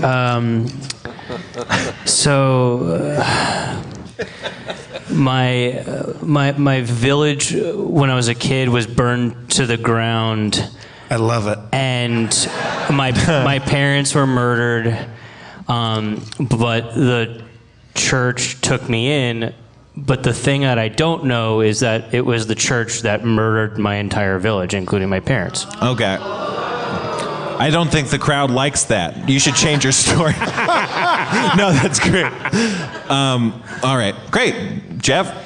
Yeah, I think that like I said, I feel like I was kind of born in captivity. Right, and you were in darkness by demons. In darkness, surrounded by demons who were like, and all there was like the only light was like flaming torches, and the rest of my family were just these like super religious, very docile druids who didn't believe in violence. They were so pure, and I didn't want to like just die in there. Like I watched all my family die inside these wooden cages inside this like darkness, and I thought the only way to get out is I heard your family dying. Yeah, I heard them die. Right. Yeah. Well, there's a little flickering of flame. You can kind of you can see them fall over. Shadows. There could be a twist to season 3 where we reveal in flashback that it was that was a sock. But then, because they were so docile and they didn't ever use their druidic powers, there was no nature in there to really summon because we were so underground and hidden that I think I communed with the silver flame. Who's the spirit that you call to? The spirit of the silver flame. Right. I called to that, and I was given this kind of extra violent power of fire. And I ended up just burning my way out, and kind of so I'm using it seems like an anti-nature thing to want to set things on fire, but that was how I got out, and so I'm just I think I'm a little guilt-ridden about the fact that I have more of a violent tendency than I wish I did, so I try to use it like my flames to purify things and purify myself. I like it. I'm so hot right now that I almost started crying to that story. I like that there's a theme of darkness. Like we don't just have a person that eats marshmallows for breakfast and doesn't know pain because we're all a little damaged. This is a very cultish, dark. We fit into a theme. That's good. I like that. Yeah, I think it's very genre. Yeah. So now we're gonna come up with how you guys met. So Jeff is gonna come up with how he met Steve. Steve's gonna come up with how he met Dan, and Dan's gonna come up with how he met Jeff, and then we'll do a second round of that. So It's and if you forget, it's to the person to the right, and then Dan, you wrap around it, Jeff. And Steve, briefly, you're an elf fighter, and what briefly was your backstory? Family again? died. Family died. It was the church, but he doesn't know. Okay. Wait, can I just to because I just want to make so the first adventure isn't going to be like how we met. No. Well, I mean, this could be. Well, what's the first adventure in the future? Well, I just mean no, when we're about to play, when we play it. Like, no, you'll have met each other at the very least. Like you'll you know. Like we're doing like modern TV. We're not writing an origin pilot. We're starting on episode 7. Yeah. Well, this would be the origin pilot that we're currently writing right now. Right. And so we're not going to start going, hey, how are you? My name is Donald. Exactly. It might be like, oh, we're back in the same wagon, but it's not like, oh, who are you fucks? Yeah. I like that. That's smart from a peak TV perspective. Steve, how old were you when your family got killed? Probably. Elves are old too, so whatever. 106. 5 or 5. 5. All right, so I met Steve when I burst out of this cave that I was in. Do you think elves live so long that when they're 70, they're like sucking on a pacifier? Like, what's the point of living long if it? Okay. When I came out of the darkness, I was also like 5. And I stumbled into him, and he, because he's an elf and a little more worldly and a little more like, you're a fighter, right? Yeah. I feel like he took pity on me and kind of took me under his wing because I was just this little blinded mole person that had been living in darkness, and I'm terrified of the dark, you guys. And he kind of took me under his wing and kind of looked after me and kind of got me on my feet. He was like my kid brother. Yeah, you guys were temporary brothers. Yeah. Is that good enough? Sure. All right. I guess. Well, I mean, yeah, whoever has an idea, it can go. Yeah. So after my village was burned down, I don't remember any of it, but that's, the church adopted me and they raised me, and that was my family. They're the best. And Dan's character was my mentor, and he took me under his wing, and he was like, look, see a lot of myself in you, and I'm going to make sure that you can run this church later on. All right, so I killed his parents. No, I'm kidding. Yeah. No, let's wait. Are you suggesting you guys are the same age? Well, no, I mean... No, when we when we say that? Well, I think no. We're both 5. Well, let's see. Like, no, I thought that was when we met. Yeah, but let's say like we've known each other for, let's say, 20 years. Who? Me and you? Me and Steve. We were children when we met, but we kind of grew up together. So like I kind of. So could we just make it simple? And I'm kind of like a fucked up like Dumbledore. Is that like I'm the like, instead of it being like, oh, we met at the tavern, and you're the priest from the Keepers. You did unspeakable things to these kids. Then I'm like a teacher. Yeah. I'm a professor. Well, what about? I mean, not to be hacky, like X-Men-y about it, or but like you recognize kind of nascent greatness in our spirituality, and you kind of mentored us and to kind of raise us and like focus our powers. Well, I think it's like almost like now, and this is where we get into like, whatever you have in store for us is fine, but like the thing that would be interesting was that it's kind of a suicide mission, but I'm taking my favorite students with me, and I don't mean like I'm superior to you guys, but I'm older than you. Yeah. And you were like I'm a cleric at the Church of the Silver Flame. The path that brought you guys together then joined and led you to where I have been for a while. Yeah. Right. And I was like trying to teach you guys to like meditate or whatever, but then like I got some X-Men. mission or something. Right. In the timeline, did you get sent to the outskirts before you met? Did you get edged out by the church before you met them or after? I'll go either, but do you want me to pick? No. I do. Before because I've been actually in the outskirts for a while, because it's like the pachinko machine of society like brought me to like where I am, where I'm like I just hang out, I make a paycheck, I teach people to pray, and like that pain is important. So that sounds like you connected and then you got sent away, and kind of you're not in contact with them too very often. I like these guys. Like I got a telegram telegram that said, you need to go get the orb of the thing. Not to tell you your job, but it should probably be an orb. And I'm not saying this is our first adventure because, like I said, we're starting episode 7. But maybe the origin was that they This is what. What's they the said, origin? "Hey, shithead!" Like I'm in the outskirts because I was already a piece of shit, and then they just wanted to kill me, and then I was allowed to take like people, and they came with me. And we maybe had success, and so now we're kind of out there, and we get communiques, and they go, "Okay, now go do this." Yeah, I got you. Because now we've become Blackwater for this church. We're kind of working together to kind of regain favor, maybe back in the church. You'll be together at the beginning, you'll be on a mission, together. Right. I'll come up with exactly. So we're kind of like a maybe a little band of misfits that kind of not is in good graces with the church, maybe because we're not pure enough, and we're trying to prove ourselves. Yeah, it would probably help to have a go. How do we see the future? I kind of what do we think? What do we hope the outcome of this? Well, stuff the Church of the Silver Flame exists to exorcise and purify the world of evil. So I don't know. That doesn't necessarily have to be your goal, but that's kind of what the church exists for.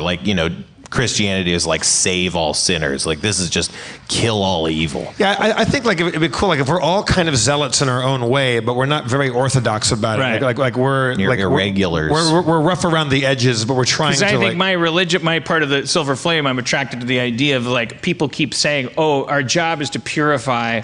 By burning, and they don't focus on the filth that is the wood. You have to you have to have the pain, and you are setting it on fire. I like these guys because they're nuts and bolts people that get results done, and I think that I've been fired, let's say, from 3 shows I created. I mean, campaigns that I've done. and I'm out there and I'm going my overall goal is I don't care if I die trying. I mean, I don't want to die, but I want to actually prove that politics and kissing ass and stuff is that this church, the religion is right. Right. The church is wrong. I know that they've got us out here wandering, doing missions because they can't wait for us to die. I love it that we keep not dying. So I'm like the dark version of Tom Hanks in Saving Private Ryan, where I'm just fucking don't let the German go. But where I'm we're out there, and it's I do believe in my zealous heart that one day we're gonna make headlines, or we're gonna do their job for them. We're a little renegade. We're going we don't go through normal channels maybe, but we all are zealots in our own way. But we do really believe, in some sort of that we can rid the world of evil. Awesome. Last part. Okay. So now you come up with color. Yeah. No, you come up with one special thing about your character. So, I mean, Dean, you're already someone who's magically healthy. That might be your thing, but you could have a different thing. But this is like a special thing, like a unique Mary Sue trait. Mary Sue. Yeah, let's move past it. What? Did you say wisdom basket or let's get past it? Let's move past it. Okay. Yeah. That's a good idea. But also, what if you had a wisdom basket? That should be the secret 9/11 I thought he segment. said Elizabeth is the wisdom Mastiff. basket. I have a wisdom basket that if I ever lose, because it's like a self-torturing thing where all the pain I feel, I collect it. I don't want to connect all these dots. So this needs to be lateral. Like this is just a thing, like a glass eye. Like I said, it is pretty reasonably unique that you have some sort of ailment that you're constantly fighting against. That again doesn't have to be it, but that's a cool. Give me a for instance about how specific you want this to be. You're secretly a fairy. Spencer, could we get back to the game, please, and stop attacking each other? He's just asked a question. You don't have to get angry at everyone. You're the fastest gunslinger in the West, or something. Special thing. All right. Photographic memory. Oh, I see. Premature ejaculator. Yeah, there you go. Just an example. That's a good one. No, you guys go first. Let me think. Yeah, I should have picked. Any suggestions other than anyone got anything? Say what? Burns cover my body. Oh yeah, so I'm just totally burned. I don't think that's unique enough. Huh? That's not unique enough? Yeah, I think a lot just of my people asshole? are burnt. Your asshole. So glad you heard it, because I was about to repeat it for you. My asshole is one giant third-degree burn. Oh no, that's horrifying. No, It's like that pizza, like that part of the pizza that you try to eat around because it's burnt. What's happening? But it's your butthole. Are you imagining it? What's that pain face? I'm trying to thinking. Oh, that's my story breaking. I thought you were face. imagining the third degree. I had night terrors. Like, that's a good not one. unique. Like, This isn't your weakness. I can't sleep around other people. Like, I might stab them. That's not unique. Okay. Oh, it's not unique. Oh, okay. Oh, okay. All right. Well, this is helpful. Like, Right, the most, so like- unique that yeah, it's like- this is the one guy in all Right. of Midian that. Yeah. Okay. And it might not be a Clive talent, Barker. but it's definitely something unique. right. Like, Okay. All like, right. What'd you say? You got 3 balls? Is that what you said? like you once stole the robe off the king's back and he thanked you for it. Like that's unique. He refuses to employ any women. That's also not unique. and he's just here to fucking hate on you the entire time. It's fine. I accept it. What if my dick was fireproof? Says a gentleman in the front row. All right. I thought this was supposed to be imaginary.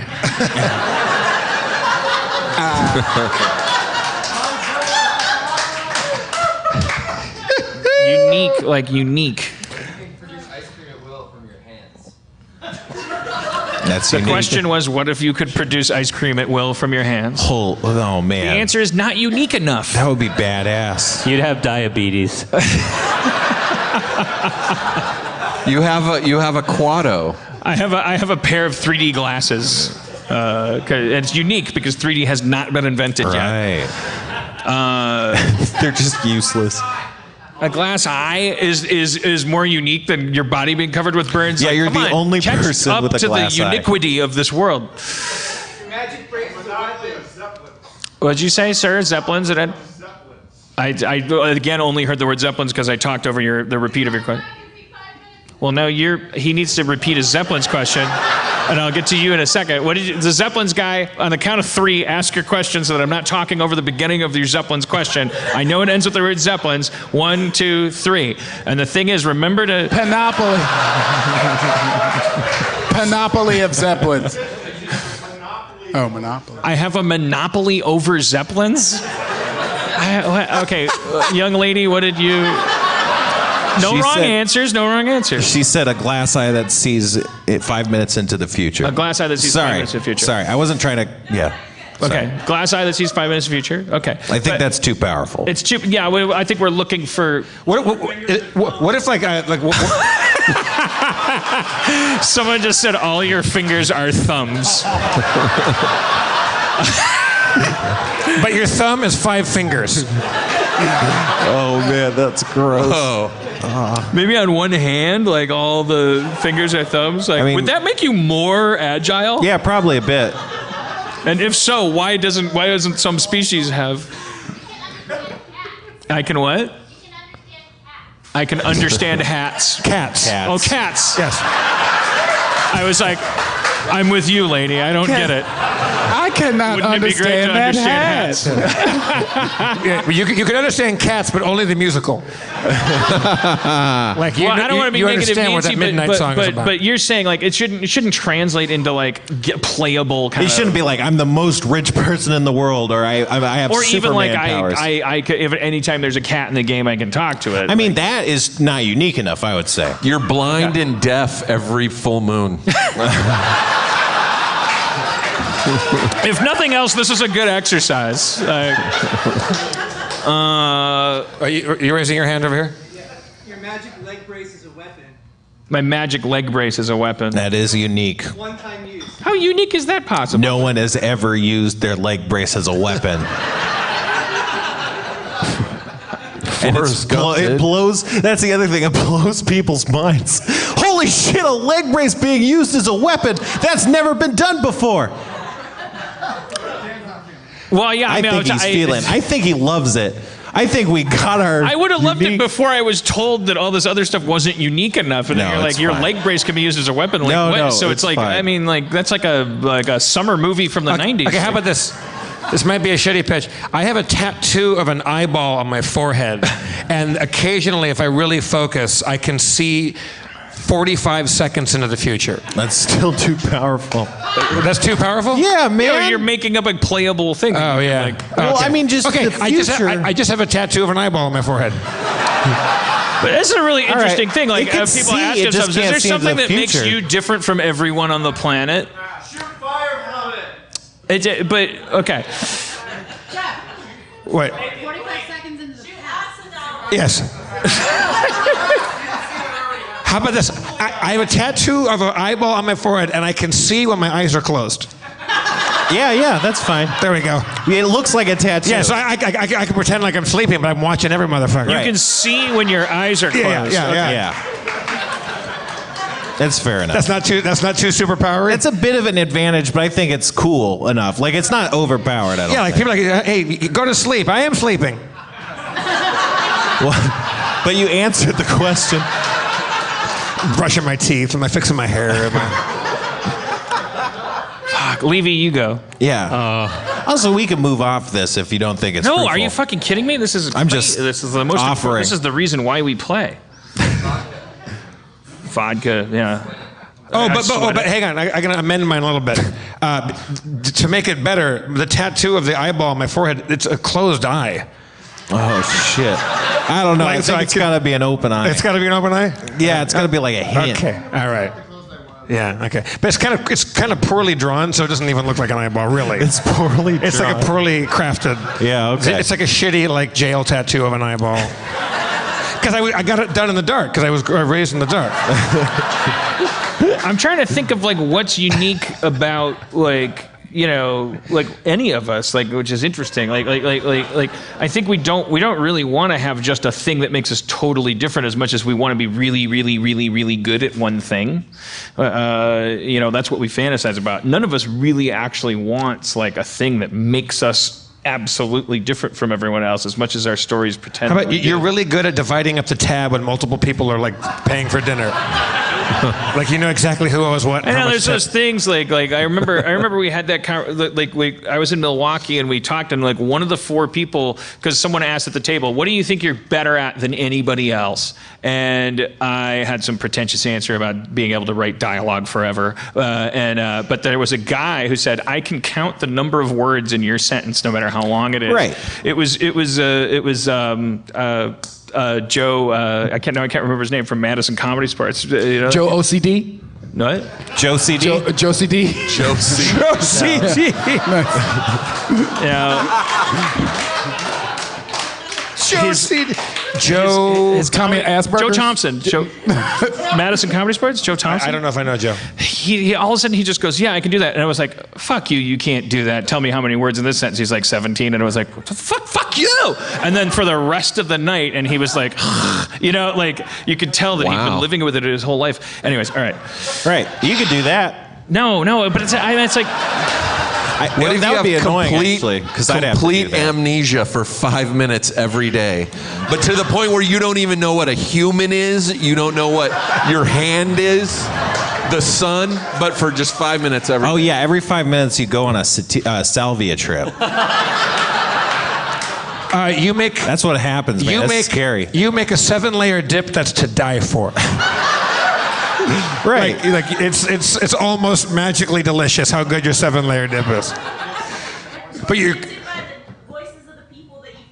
Right. That's a good one. Haunted by the voices of the people? You can actually hear them. I can hear the voices of the people I've killed. You're haunted, or maybe even informed by them. Like.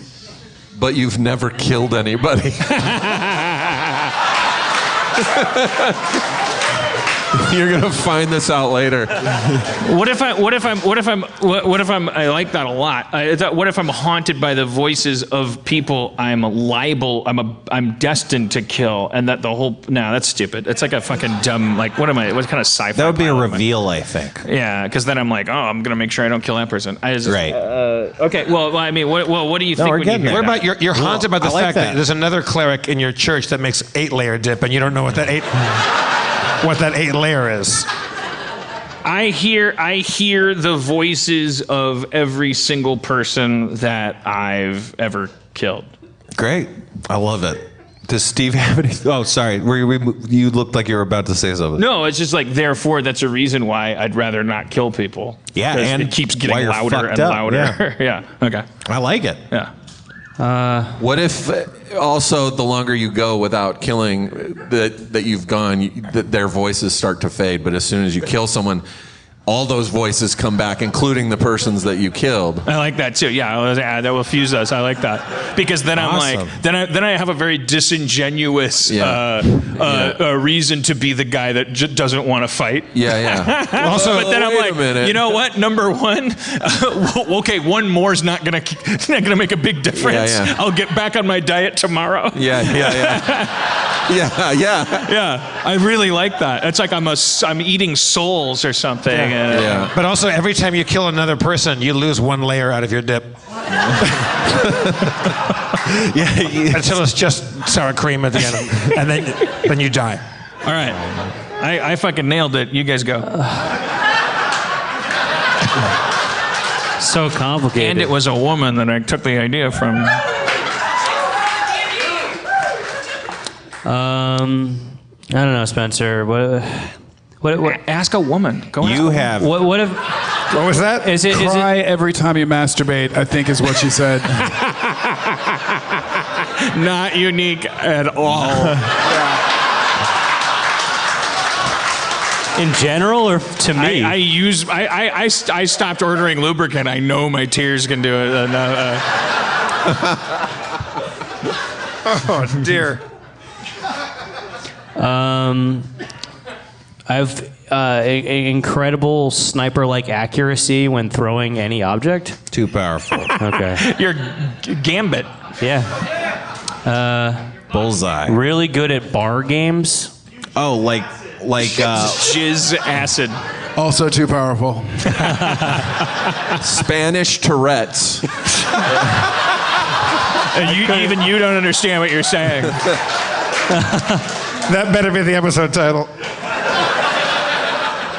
I wish I couldn't see that through. I wish I could. Spanish. Yeah, Findom. Findom. What? That's actually really. Findom. You get turned on by being financially exploited by a woman. Is that what that means? That's what I heard. Yeah, I mean, that's what I learned on Yeah, Twitter they get today. these ladies and they give them all their bank account information and all their financial information. So the women apparently, like, they have control over the finances of the men, and then they get off by the women paying their bills and not paying, like, spending too much for themselves. Well, that's like an extreme. I've seen some of that stuff. It's like you see, like, their women will go like, send me your money, you piece of shit. Like, I saw documentaries about that. Like, there's like it's like it could just be expensive gifts. Like, you're constantly sending them expensive gifts and stuff. And they're like telling you dumb shit, giving me all your money, and then the guys are like, oh, I know. Interesting. So that's your thing, Steve? The delicious frosting that grows on the bottom of the glass ceiling. There's got to be some advantage. What about this? Like, what if you had like a locket around your, like you were given this like necklace with a key in it, and you don't know what it is, but you know it's an important thing that was like, it's like a destiny key for That's for cool. You. Also, you jizz acid. Like, somebody just gave you a key at one point and said, here's the deal, giving you a key. every time you think this is full of shit, it's a test, and you'll fucking die the minute you. I don't know. Are you saying like he's walking around with a key that's like just a mind fuck? Well, no, it's like it was like given to him like when he was too young to remember It's what a it was. mystery where. It's like it's like you give a locket like with half of an inscription in it. That like one day you'll find the other side and you'll learn some secret or some shit. The village was killed, and then he was left with a key.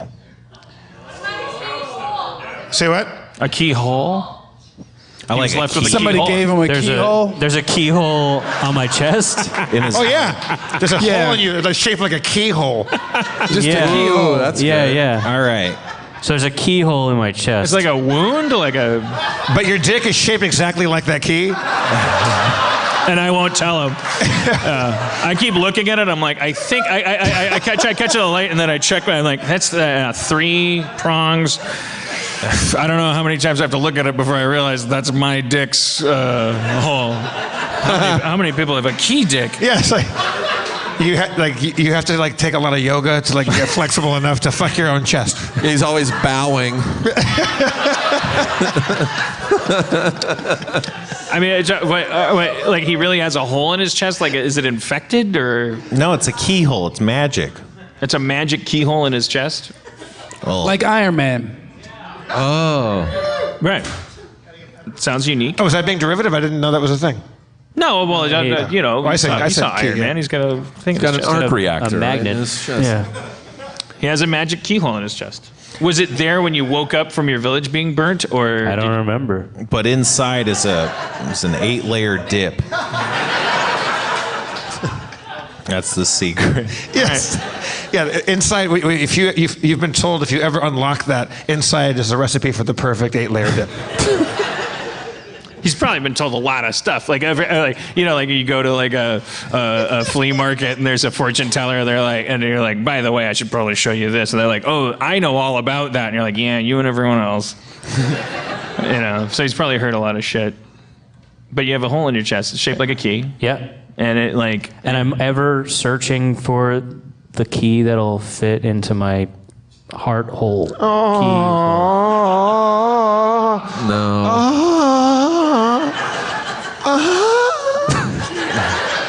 That's adorable. I love that. I love that. Let's kick off this campaign with a rap. Campaign rap. It's Yeah. 10:11. That's what I'm saying. Is it? Oh shit. Oh, jeez, it's late. Yeah. It's a long Yeah, let's time. get the fuck out All of right, here. Zach, you got a beat? We started late. He's got a beat. Fast rap. Yo. It's about that time. Yo, sometimes you come at me. I start thinking about the old days. Thinking about what you did to me in the old days. When my heart felt, when we used to feel, when you used to come around to the break of dawn, where the days used to be. I used to, I thought I could just start rapping. You fucking were about to blow my mind. I was doing better. You were about to blow I was our doing minds. better at the. Yeah. I no. say, take the nasty plunge. I hope you trust me if I start doing that again. This time, I mean, I know you're. You scared me to death. I thought you were probably gonna be can't unring that bell when you start trying and then it doesn't. I think about how you used to feel and like how we used to be like family. You know what I'm saying? Like, seems like things are changing so fast and we don't know who we are anymore till the break of dawn, till the past. Okay, that one was fake, and I was trying to make it seem like the first time was a part of a bit. Seems like I'm always trying to rap good, but trying to rise above it, trying to come outside of it. Never gonna rap good if you try to be outside of it. Give it up for your DJ, Diarrhea Jr., everybody. DJ Diarrhea Jr. It seems like up, down, to the side, to the inside, outside, 2 feet wide, 2 feet tall. That makes a cube. My dick is covered in pubes. I wanna go outside the cube, make another geometric shape. I'm an ape that came onto this planet.